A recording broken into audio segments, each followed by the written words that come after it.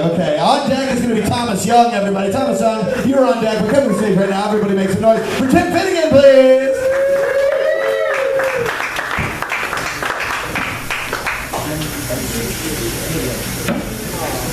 What up, people? How y'all doing tonight? All right, well, that's what I like to hear. My name's Tim Finnegan. Besides being known as Tim Finnegan, I could also be known as Jeff, or the Dude, or as Dudeness, or Duder, or El Duderino if you're not into the whole brevity thing. Now, I'd like to tell you guys a funny story about how some goon threatened me by asking me for my fucking money, and then he ruined my fucking carpet in my fucking apartment. I didn't give a shit about that. Now, when that happened, I visited with a wealthy philanthropist named Jeffrey Lebowski to try to demand him for money, but he fucking refused to give me his money, and he told me to get a fucking job. I'm like, what the fuck, man? And then, to try to get the fucking money, what I did was, I went bowling with my friends Walter and Donnie, and we were all trying to come up with a plan to get $1 million. And it's a fucking difficult plan, but we did our best we could. So, we went bowling. Me and Walter saw a guy named Smokey. We were going bowling with him. And when we saw, me and Walter were just talking, doing our shit, and talking about fucking shit and all that. But when we saw my friend Smokey, get a foul, when he stepped a little bit over the line when he was going bowling, Walter yelled, "Over the line!" And then Smokey was like, "What?" And he's like, "I'm sorry, Smokey, you were over the line. That's a foul." And he's like, "Bullshit, Walter. Mark it 8, dude." He's like, "Excuse me, mark it 0." And then they kept arguing, and then Walter said to Smokey, "Look, Smokey, my friend, you're entering a world of pain here."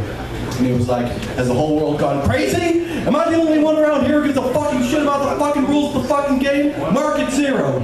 But at first Smokey refused, but then Walter took his fucking gun out, he waved the fucking gun around. He's like, "You think I'm fucking around here? Mark it 0. And then Smokey listened, marked it 0, and I'm like, holy shit. So then, after we listened, Walter and I left the bowling alley, and then, we got in our car. I'm like, "What the fuck was that for, Walter? You can't do that." And then I asked Walter to take it easy. I was like, "Will you just take it easy, man?"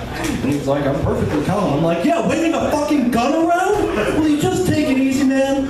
And then the police showed up. They were kind of coming after us, but me and Walter escaped from the bowling alley just on time. I was like, "Fuck the police." So then, later on, when Walter and I were at the bowling alley again, we met a guy named Jesus. And then, Jesus told me that he's ready to fuck me up and beat my ass in bowling. And I was like, "Jesus."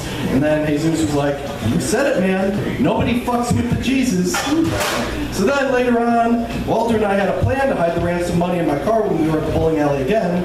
But then when we left the bowling alley, we noticed that my car got stolen. I'm like, "What the fuck? How did that fucking shit happen?" So then when we got to the police, we got the police involved, we realized that some asshole named Larry stole that car. So me and Walter went over to Larry's house to confront him, and we tried to talk to him, but Larry just was being quiet, he didn't respond to us.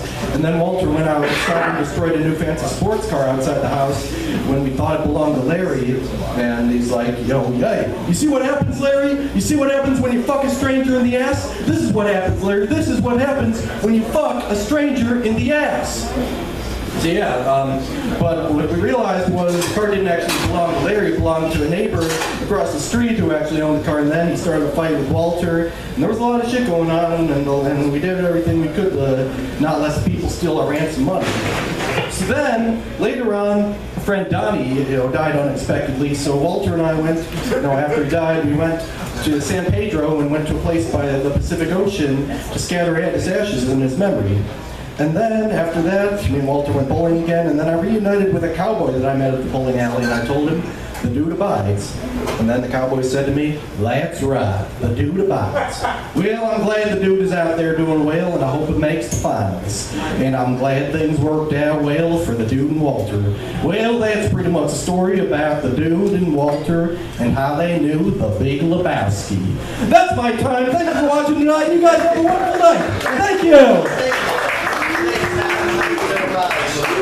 Tim Finnegan, everybody, recapping the plot of The Big Lebowski, truly showing us the definition of an open mic. All right.